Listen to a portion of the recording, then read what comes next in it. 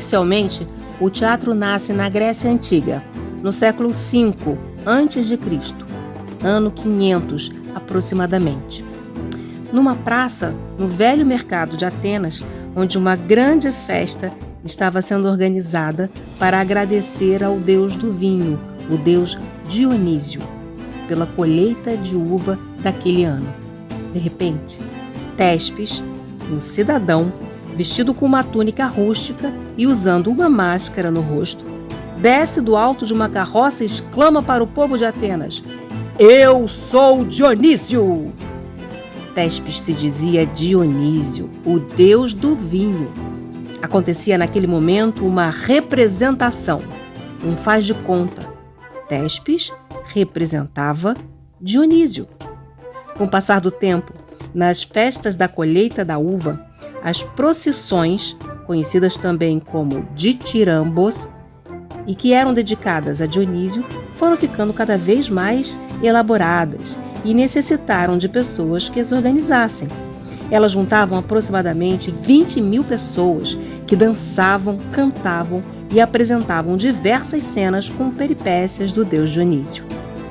Téspis foi o primeiro a dirigir a procissão de Atenas nas festas.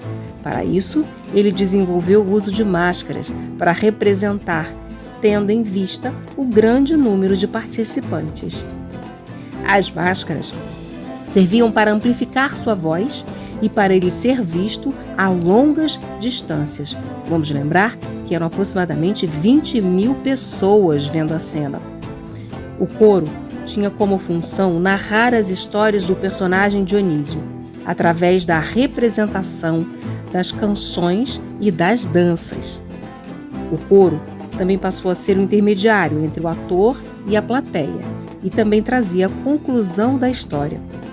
Quando Téspis, do alto da carroça, disse: "Eu sou Dionísio", ele se tornou o primeiro respondedor de coro. Em razão disso, surgiram os diálogos e Téspis, então, se tornou o primeiro ator de teatro.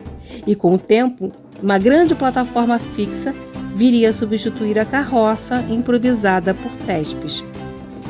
Nessa plataforma foi instalado um palco, onde se poderia, então, não apenas montar uma cena, mas um espetáculo completo. Os atenienses amavam profundamente o teatro, pois além de ser um divertimento, era educativo. Por isso, mulheres e crianças também podiam assistir às representações. Mas somente aos homens cabia a função de ator. Estes representavam tanto os papéis masculinos como os femininos também.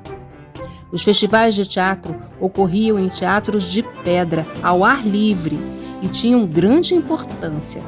Neles eram sempre apresentadas tragédias e comédias, que eram financiadas pelos cidadãos ricos, enquanto que o governo pagava os mais pobres para que estes pudessem comparecer às apresentações.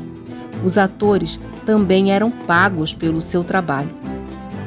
As apresentações duravam vários dias e começavam com a procissão em homenagem ao deus Dionísio, que passou a ser considerado depois como o deus protetor do teatro.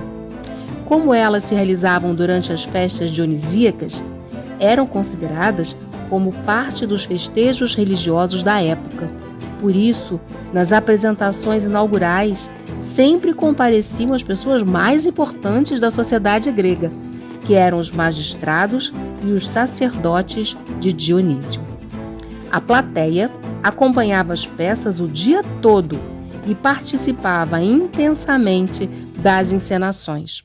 No palco, os atores continuavam a usar máscaras, tanto para serem mais bem visualizados, como para amplificar a voz e para mostrar o sentimento da cena representada.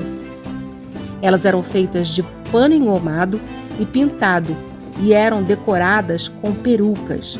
Os atores usavam também roupas acolchoadas e uns sapatos de sola bem alta, que chamavam de coturnos, para serem vistos de longe.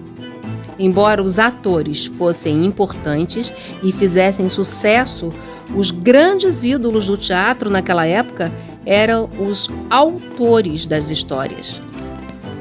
Mas essa é uma outra história.